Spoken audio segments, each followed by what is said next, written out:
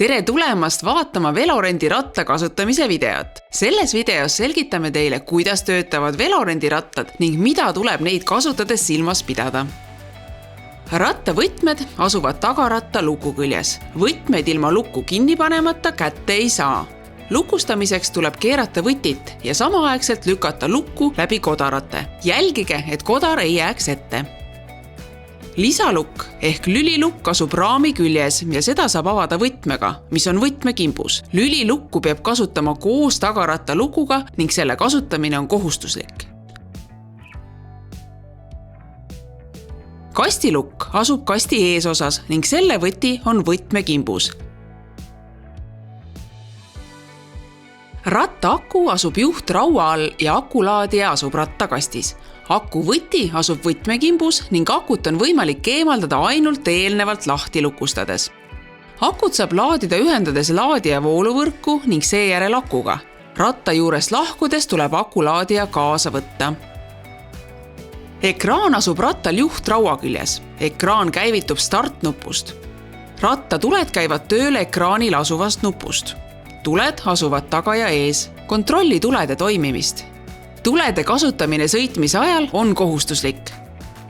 Ratta juhtraual on nupud, et muuta elektrimootori võimsuse taset. Akulaetust on võimalik kontrollida ekraanilt. Samuti asetseb juhtraual nupp, mida all hoides rakendub mootor, et ratast oleks kergem käe kõrval lükata. Ratta käiguvaheti asub juhtraual paremal pool. Tegemist on variaator käiguvahetiga, millega saab käiku vahetada keerates rullikut alla või üles. Kindlasti ei tohi rullikut keerata seistes, vaid ainult sõidu ajal. Esipiduri hoob asub juhtraual vasakul ja tagapiduri hoob paremal. Seisupiduri kasutamiseks tuleb piduri hoob eelnevalt alla suruda ja seda all hoides liigutada seisupiduri lülitit. Lahti lukustamiseks tuleb samuti piduri hoob alla suruda ja samaaegselt seisupiduri lülitit liigutada algasendisse. Jalgrattakell asub juhtraual ning töötab vajutades kellal olevat hooba.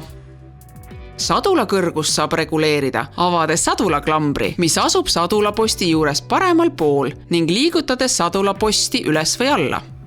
Pidurite korrasolekus saate veenduda, kui piduri hooba all hoides ei liigu ratas sujuvalt edasi.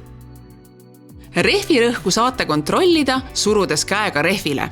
Rehvirõhk peab olema 3,5 baari. Tühja rehviga sõitmine on keelatud.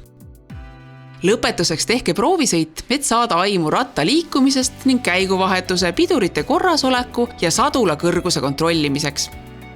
Liiklemisel jälgige ohutusnõudeid. Ohutut liiklemist ning meeldivat rattasõitu!